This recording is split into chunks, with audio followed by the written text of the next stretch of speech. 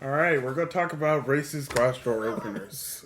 Y'all didn't see this. Okay, our studio here is in O's garage. And we had opened the garage door to exchange the warm air within with the cool air outside. And then we tried to shut the door, by which I mean I tried to shut the door by pushing the button, as it is designed so to be pushed. And the garage door then spent the next 5 minutes screwing with us by not closing. And then O comes and pushes the button once, and the thing just immediately shuts exactly like it was always designed to. So his, garage door opener is in fact racist, or at least, prejudiced against me. Maybe it's just what? What's the opposite of homophobic? Gay. Yeah. I got a great garage door opener. That's what it's about. It's like I ain't gonna work for you. I'm gonna close. Your garage door opener is sassy. That's it. I got a zesty garage door. Zesty garage door opener. Okay, what's the difference between zesty, spicy, and sassy? I don't know. I wish You're I the did. worst gay person ever. I am. I'm going to tell you, I'm the absolutely worst gay person that exists. I probably am. I know it. I'm going to fully comp to that. Like, be like, yeah, I'm one of the worst gays out there. I'm very not knowledgeable about what's the trends or terminology, anything like that. I'm just bad. Just bad at all of that. They're like, who won? I was like, some drag queen won. Not that I'm against it. So you are not encyclopedically versed in the comings and goings on RuPaul's Drag Race. I am not. I will let you reference to either Stuart or Adam for that. They are impressively knowledgeable. Yeah. It's like someone is queuing them from the production staff. They know stuff before it happens. So I got word. Yes, this person won. But it's also I'm not against it. I'll say this. It's not like I hate it or I'm against it or just it's bad. No, it's not my deal. There are things that I just not enjoy. But I was like, hey, those other people can enjoy it. Everyone else can enjoy this thing, or this thing. They can. But if you want to talk to me about some fighting games, I'm like, I'll fucking talk your ear off about that shit. Dead or alive.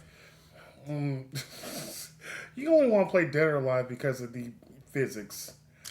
No, I only bought the beach volleyball game when I was 20 for that. Or I forget. I was in my 20s. And I was a sad little man. A sad little man. A sad 6'4" man. One DOA beach volleyball, please. Yeah. I don't know. I got a kick out of the idea that there was probably an entire team of Japanese software engineers who had spent probably months perfecting the jiggling algorithm. Yeah, months, years. They went to school for this. Yeah. They went to college. They still in debt. And what they had to work on and talk to their boss about was their boss comes down. They're like, hey, when they hit the volleyball, their boobs are going left to right. We need to go up and down, and sometimes this way. Just left to right is not going to work. I did see a long time ago, not for the beach volleyball game, but one of the the original DOA games. Someone had found some code or modded it somehow, and actually found that algorithm, and so was able to tweak the physics, change gravity. And so it was just showing absurd. It's Ayane, the little one that does that kicks you in the head soccer style. Mm-hmm. She would just jump and it was terrifying actually. It was it also depended on what age you put in the game. Huh. So normally they would ask oh, what age are you? So if you were, I don't remember putting in an age for the Dead or Alive game. I think it was maybe Dead or Alive 2 or 3. They would ask what your age is. Huh. Me being dishonest, I'm yeah, I'm 20 something. Mind you, I was probably 16, 17 or something around that time, or maybe DOA 2. I remember playing the first DOA, I think, and that was in college. So, but I'm not that much older than you, am I? No, you're 2 years older than I am. But Well, you probably think the The very first original Xbox. Yeah, the original Xbox came out in 2001. But the original DOA, there was one that was on, I believe, PlayStation 2. So DOA 2 or DOA 3 was probably came out in 2002, probably, and then also like 2005 or so. So you were playing DOA 2 at that time. I honestly don't. It might have been 3 actually. Possibly. But I honestly don't remember which number it was. But I remember it was a Dead or Alive game, and it was fun. I always played what's your name, Christy, the poking. Yeah, she played Snake Side. Yeah. But getting back to the point, if you put the oldest you can be in the game, which was 99, moon physics. So they were just like, they would start here, just idling. They'd be right here, and then just like, it's like moving. And then just kind of resting, and then just kind of move to the side. I'm like, these breasts are out of control. If it's a function of age like that, and that's what happens when you hit 99, like I wonder, like what is life like in a Japanese nursing home? I want to know. Welcome to the Rubber Duck Syndicate, folks.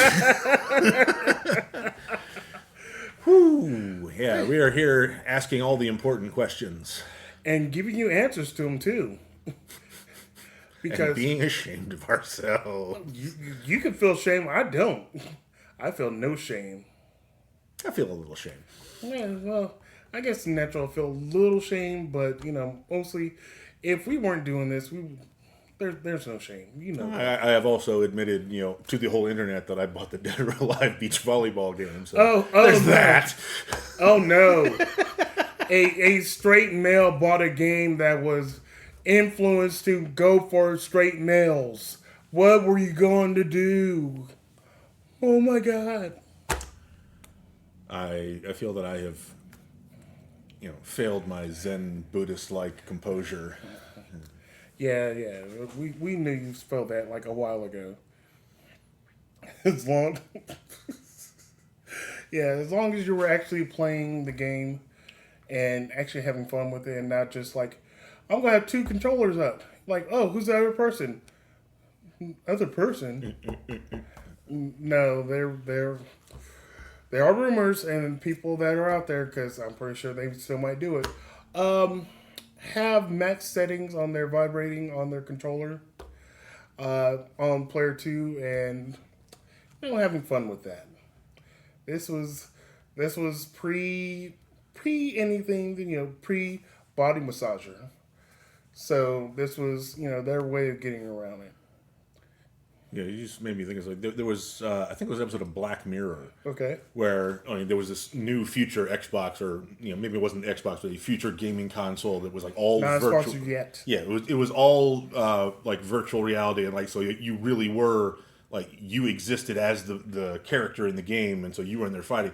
And apparently, it was a new discovery that you could use it for sex. What? Like, yeah, it's like. Seriously, somebody designed this and produced this whole gaming console and didn't consider the using it for sex market.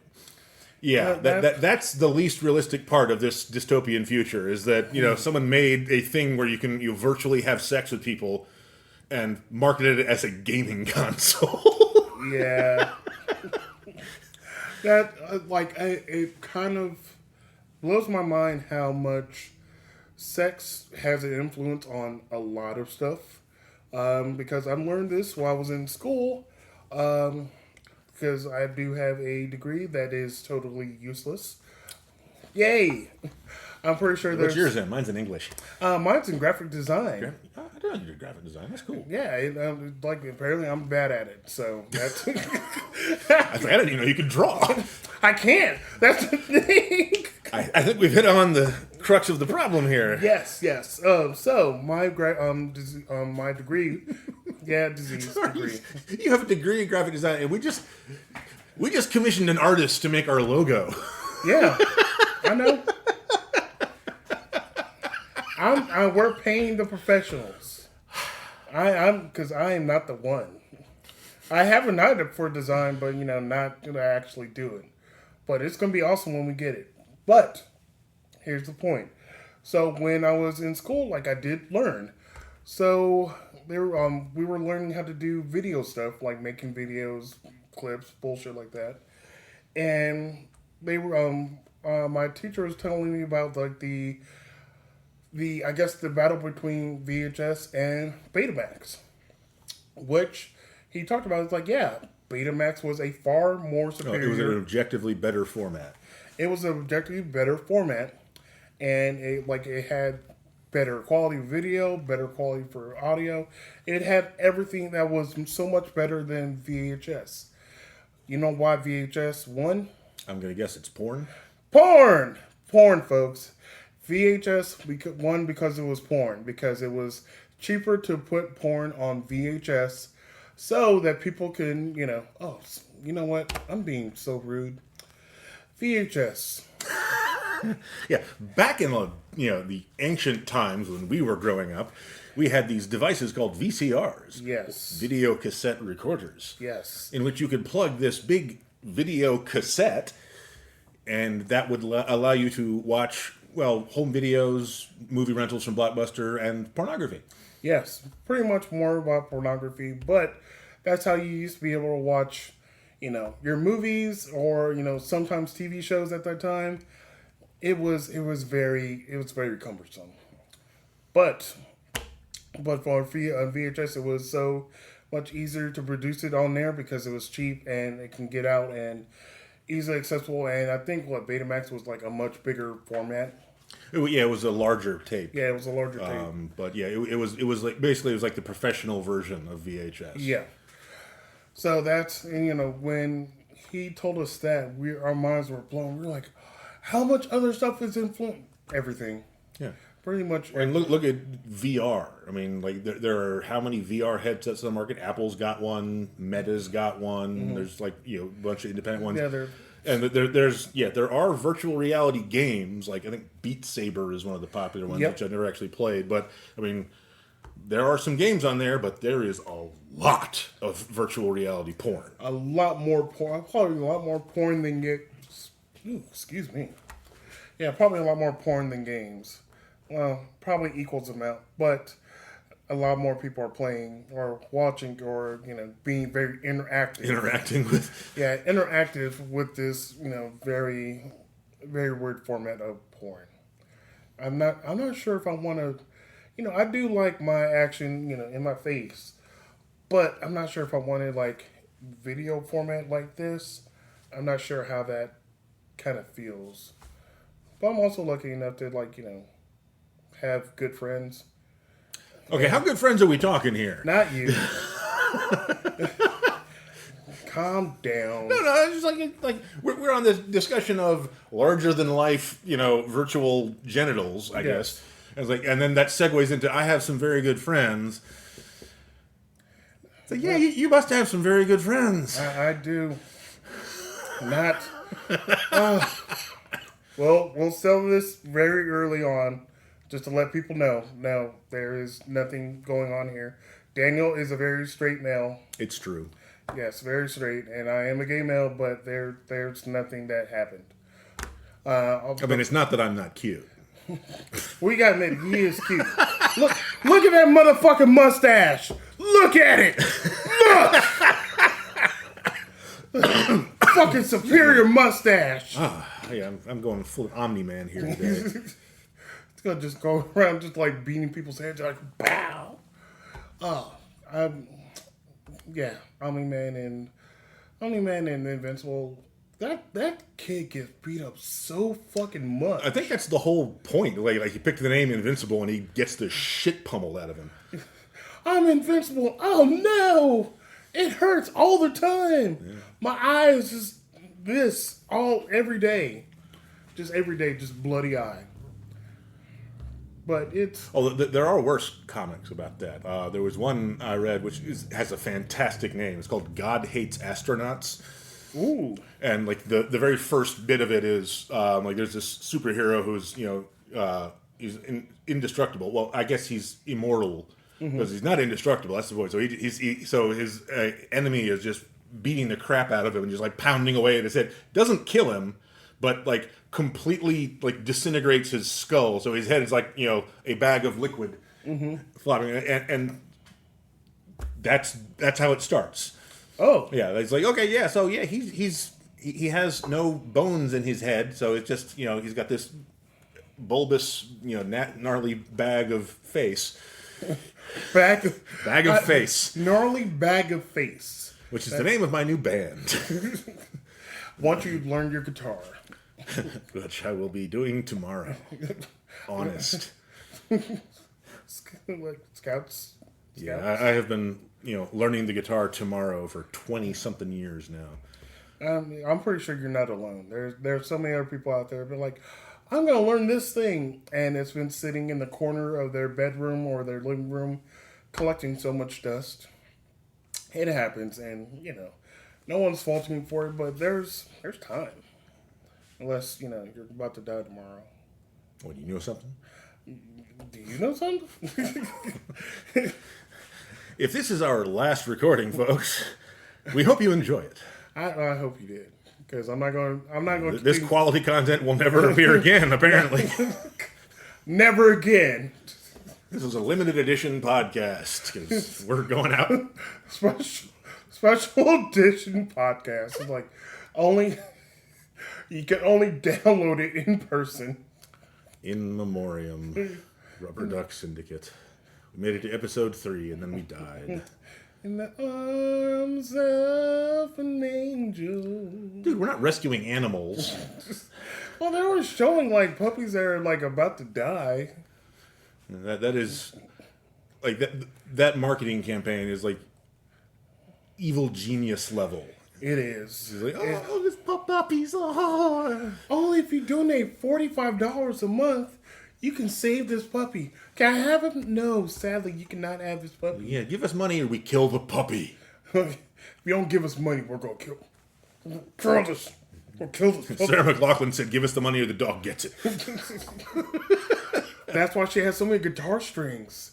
Shit. Sarah McLachlan is going to righteously kick our asses for this. I hope she does, because I wanted her to listen to this podcast and then be angry about it, then post about it, and then everyone kind of like hate follow us. So our entire strategy for success hinges on Sarah McLachlan. It does. We are in the exact same state as abused puppies.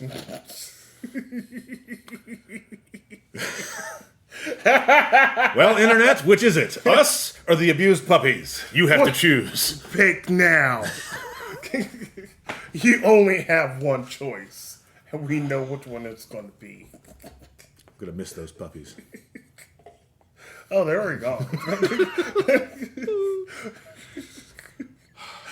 Yeah, like Shalise was right. We are very dark.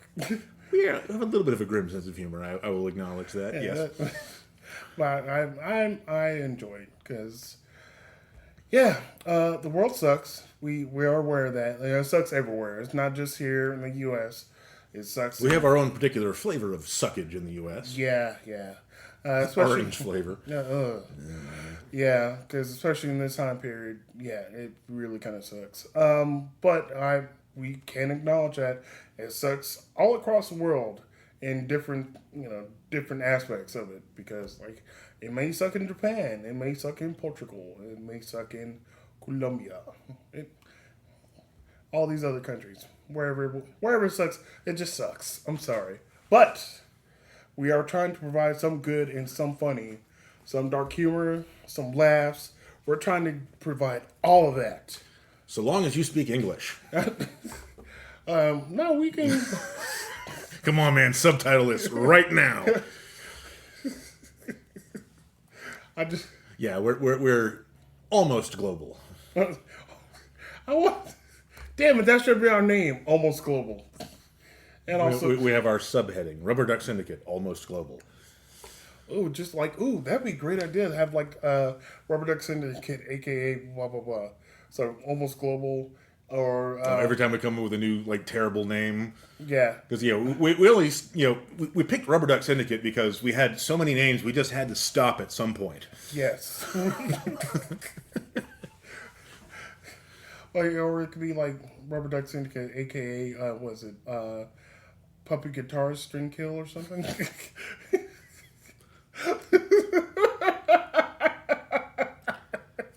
I get this whole like grim serial drama about like a serial murderer of puppies. Oh god! And like the Swedish detectives that are tracking him down. Oh, I always have to gotta admit that like shows from across, I guess across the pond, are so much better sometimes in dramas because they don't instantly have to pull out a gun. Yeah, that's the thing. American police dramas, there is a shootout every episode. Every episode. In police dramas in every other part of the world, half of them don't even carry guns. No, they are just kind of very quick. They're like, they're smart. They know how to go about it where they're like, this is a drama. We know how to carry on this drama without, a particular flavor of violence. Yeah, so there's enough inherent danger in tracking down a murderer that you don't need to have dodging bullets from any random direction. Like all the time. You're like, oh, we're going to start chasing this guy. Let's start. Oh no, he has a gun. Damn it, why every time?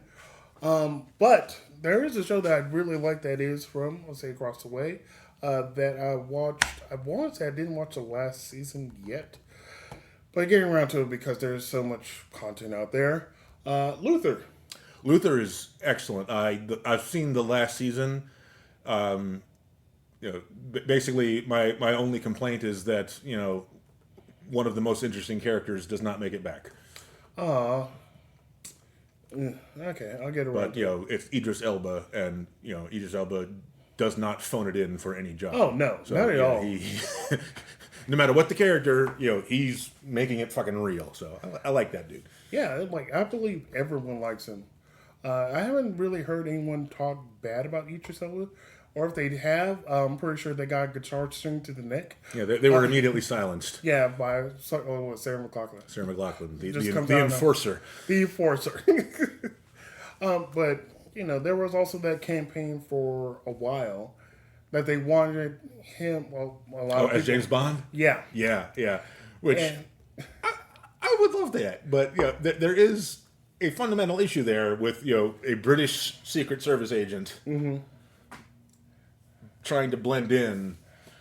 There are definitely stories that you could tell where he would be able to blend in as a spy. Yes.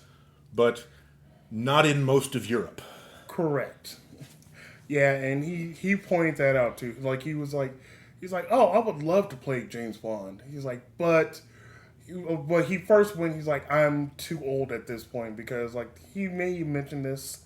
This was like maybe like 5 years ago. He's like, yeah, I'm in my, I want to say he's in his late 40s now. I thought he was older than me. Oh, wait, late 40s. Yeah, he would be older than me. Yeah, in his late 40s. He's like, yeah, like I can still do some action movies, but I can't do a fully committed action movie like that. But then Tom Cruise is just chuckling right now. I'm pretty sure Tom Cruise is a clone. I guarantee. Yeah, we're on Tom Cruise number 5 right now. We lost 2 during the filming of Mission Impossible 6. No, we lost 3 of them in like Mission Impossible 2. Like he was climbing that rock, just like freehand or like free scale or whatever they call it, free. Yeah, like I'm pretty sure 3 of them just like fell off the face of him, and then they're just like, oh yeah, get a new one. Get him out of the trailer. Yeah, I love that particular scene though for several reasons. One, like the background music, is Eiko Eiko by Zap Mama, and Zap Mama is a cool band which you should all look up. But he's climbing this rock, doing it freehand style. This is how he relaxes. Free climbs, a dead or fatal drop over rocks and shit. But by myself. Yeah, but when he gets up there, the people that are trying to reach him, the secret shadowy government cabal.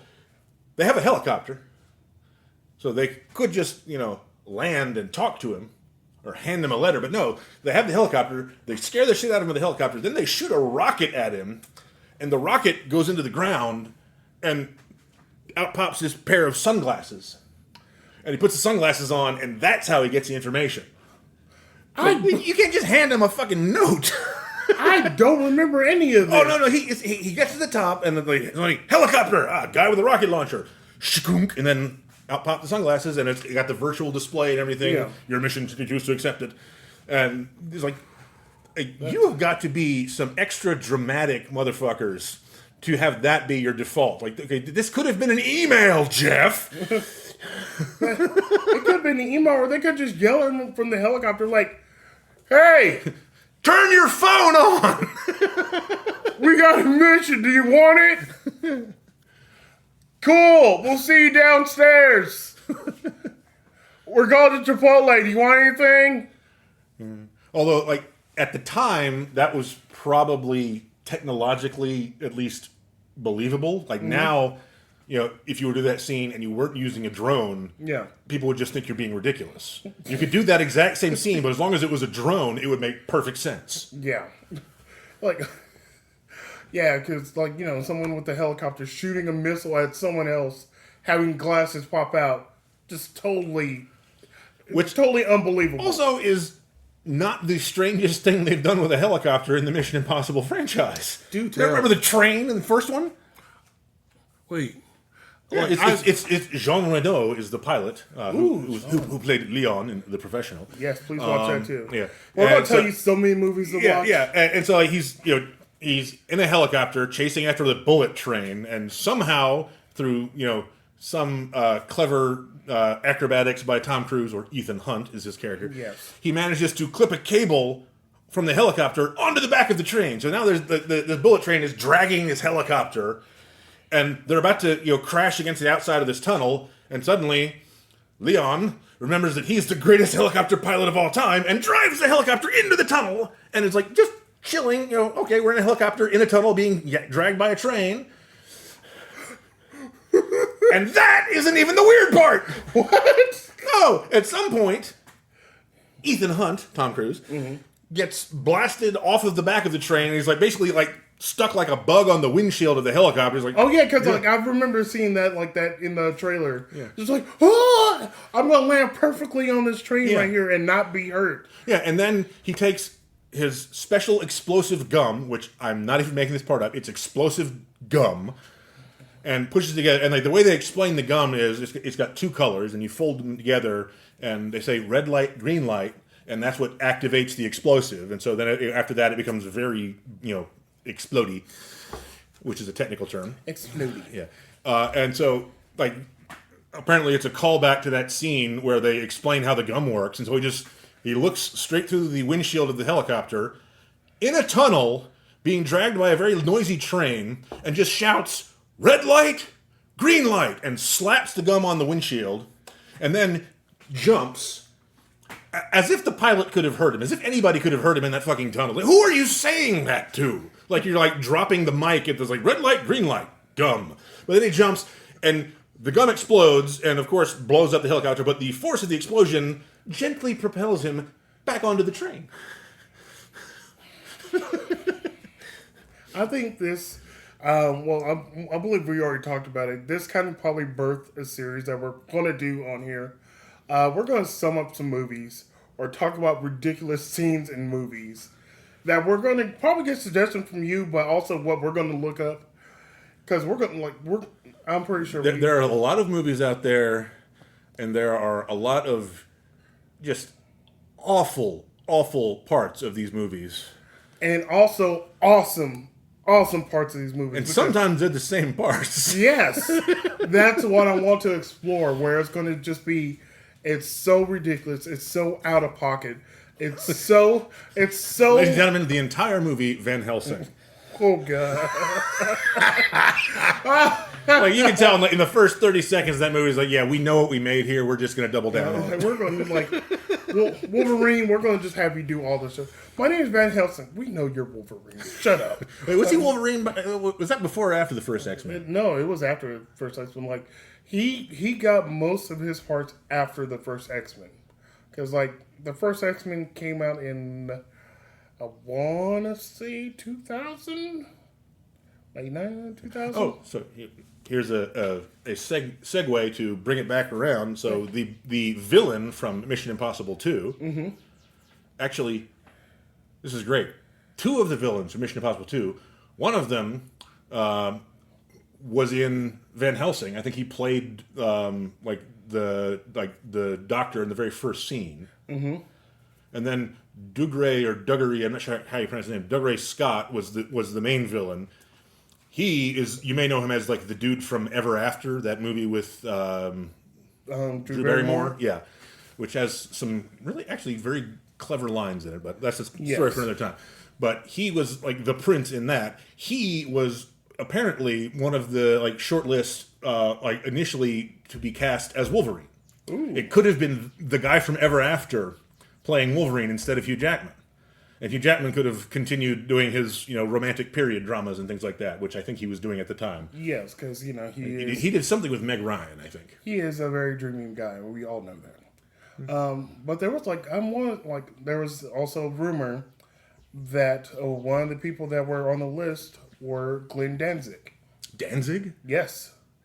Yeah. He'd be too terrifying for Wolverine, wouldn't he? But that means he'd be perfect as him. But also because he is also, I want to say he's like 5'5", 5'6". Wolverine, canonically in the comics, short, yeah. Is a very short Canadian person. But yeah, he is very scary, very short, extremely hairy. I don't think he's Canadian. And we don't know how old he is, and he might never die. Yeah. Also, he is likely to kill you in a fit of berserker rage. True. But I don't think he was able to do it because I want to say he was a little older than they wanted him to be in the movie. I was like, makes sense. I got it. So then they hire, this 6'2" Dreamboat. They're like, is he 6'2"? He is tall as fuck. I did not know that. I mean, they do a good job of making him look at least average height in the movies. Yeah, because he's like this the entire time. Crab position. Crab. I didn't realize he was that tall. Yeah, he is. He's a very tall person. But like they, another interesting fact because like in the first X-Men movie, since he's so tall and Scott James Marsden, I believe, that sounds right. That played Cyclops is always supposed to be taller than him. He had to wear like platforms, like maybe like 2 to 4 inch platforms to appear taller than Hugh Jackman to like make it look like he is shorter. They have to dig a trench for every scene so Hugh can stand in it. Well, there are a lot of people that actually do that, and like you don't realize it. So, getting back to no, we weren't talking about The Boys, but on The Boys, Anthony Starr, who plays Homelander. Anthony, yeah, who I've actually met. He came through my line at Earth Fair once when he was filming Banshee here in town. Ooh, I want to hear about that, but that's pretty much the whole story. Okay, then thank you. He is he's not very he's not extremely short. I think he's like 5'10", 5'11" or so. He's like, average height. Yeah, he's like average height, maybe above average height. But since this is supposed to be Homelander, the kind of knockoff of Superman, he's supposed to be big. Supposed to be bigger and taller, so that's why he wears like the little bit past suit. But also, if you look on the internet, he wears platform shoes. Now they asked him like, "Oh yeah, we'll get you some platform shoes so that like when you are walking around, you seem so much taller." He's like, "Can I make them heels?" And they're like, "What? Can I make them platform heels?" Yes. There is a picture of him like he's wearing his platform, and they are platform heels.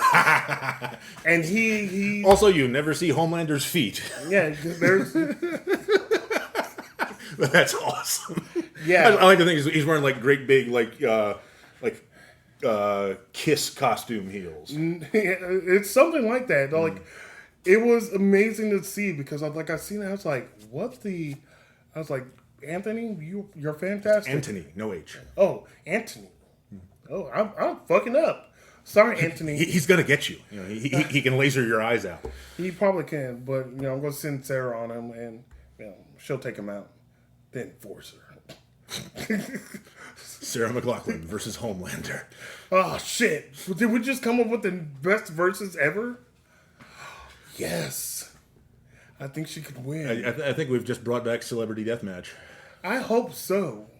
I want that to be one. Like I want that to be the first episode. No, what do you think the first episode would be if they brought back the claymation series? Just to explain, so there was a series on MTV. It was on MTV when they actually had music videos and good shows. So they had one on there called Deathmatch. Celebrity Deathmatch. Celebrity Deathmatch. Yeah. So they would pit two celebrities or a group of celebrities against each other in a death match. It was ridiculous because it was all clay animation. There was no real rules or regulations to it. They just kind of were like... Yeah, usually there was a theme to like which celebrities they would pick. Like if celebrities had, beef, in the media in real life, they do that. But my favorite one was what they called the Battle of the Clerical Error, where just for no reason whatsoever, they had Michael Flatley, Lord of the Dance, facing off against Bill Gates. What? Yeah. It's like, yeah, well, we don't have any reason for this. They're going to fight to the death. Oh, that... Like that is a perfect understanding of what you were making right there. It's like, we don't need a reason. We're just going to do this thing, and you're going to watch it. Yeah, because they had ones on there. I guess the most notable ones was, I think they had Britney Spears versus Christina Aguilera, probably. I'm pretty sure they did that. They did have the Backstreet Boys versus NSYNC. But, spoiler alert, wait, what's that on your screen? That's my antivirus trying to sell me shit. Yeah, okay. So they did have the Backstreet Boys versus NSYNC. But spoiler alert, I know it's like 20 years later. Neither one of them win because someone cut the lights and killed them all. I remember that. I forgot who did it. Maybe it was Carrot Top? Carrot Top, who is local, by the way. He's from Charlotte. Did you know that? I did not. No, he's from Charlotte or maybe like Rock Hill or like somewhere around. But he is from this area. He got his start here. I remember seeing his act on Star Search. Remember Star Search? Yes. Yeah. Before we had American Idol and America's Got Talent, we had Star Search. And he was on it, and he did the prop comedy, and like he was objectively clever. He was funny, and he had the good delivery, and he made all the props, and so but he went about as far as you can go in prop based comedy, I think. But he has residency in Las Vegas, so I did not know that. I just the last I saw of him, he had basically he had not quite gone full Danny Bonaducci, but he had gotten jacked. Oh yeah, he's yoked. Yeah, so apparently he has the look of somebody that is officially tired of somebody's shit. Yeah, he did that because I'm not sure what the reason was behind it because I did see him where he was just like he would just come out like in a tank top and just be ripped. I'm like, I'm pretty sure you're still clever, you're still funny, but you're also terrifying because you're a yoked out redhead with props. And I think he's kind of lacking eyebrows at the time. I didn't see the eyebrows. Yeah, I don't think. Well, he's just bulging muscles, so you wouldn't need to see the eyebrows. You'd be like, no one was looking at his face. no one was. It's like, no, it's just muscle there. Like no eyebrows. His face was flexing. It's just. But yeah, he was. He has residency in Las Vegas. The last I saw. So yeah, he's still. Him. Yeah, he's still doing. He's still making money. I mean, I will say, regardless of what you may think of Carrot Top and prop comedy, he had a solid routine. He was funny. Yeah, he was funny, and like I said, he is. He probably still is. I don't want to assume that he's not because he could kick my ass now. Well, yeah, we'll say that he probably could kick your ass. But the thing is, like, so when you are a prop comic, you have to be pretty clever with it because you have to come up with this prop that has, I guess, dual functionality. And they have to understand what this thing does that has like two functionalities to it. So you have to be kind of clever, but like they need to understand this thing and this thing, and if it comes together, it does this thing. Yeah, basically it's the same kind of thinking as like being a magician and like inventing your own tricks. Yes. So I mean, seriously, kudos to Carrot Top. Dude's smart. Yes. We have to give props to someone we're talking about. The amazing about. Johnathan. Yes. Moment of silence. Okay. Yeah, because he was a great comedic magician. Yeah, he was a good magician. He was a great comedian. Actually, he was probably a great magician too. I don't want to sell any part of him short. He was fucking weird and funny. Yeah, he was weird and funny, and like we talked about a joke earlier. We won't ruin it for you, but because it's a joke that you really have to do in person. Yeah, you have to do it in person, but I'm not sure how to describe it so they can look it up on YouTube, so that it won't ruin. Just watch all of the Amazing Johnathan specials on YouTube. You will not be disappointed. Yeah, set 5 hours. We need to check out Carrot Top, see what he's if he's got any recent stuff online, because I haven't seen his act since probably the '90s. I think maybe a lot of people have gone that way too. They're like, he's still out there, and I'm like, he must have been performing and working at least most of his time. No, he has. Maybe he took a decade off and was a telemarketer or something. But no, I think he was still doing comedy the entire time. He just got yoked out, and then. But he's been doing, like I said, he has residency in Vegas, as far as I know. But yeah, set aside 4 or 5 hours, watch all the Amazing Johnathan, watch all his content, and then you'll understand I could say the dollar bill. The dollar bill joke. You'll understand that one. Yes, and just know that we enjoy that joke, among many others. Yes, many others that we enjoy. But you know what? We can wrap it up right now. I think, ending on drawing the world's attention back to the Amazing Johnathan and Carrot Top, I think that's a good spot to top it off. Yeah, I think so. Goodbye, folks. Bye.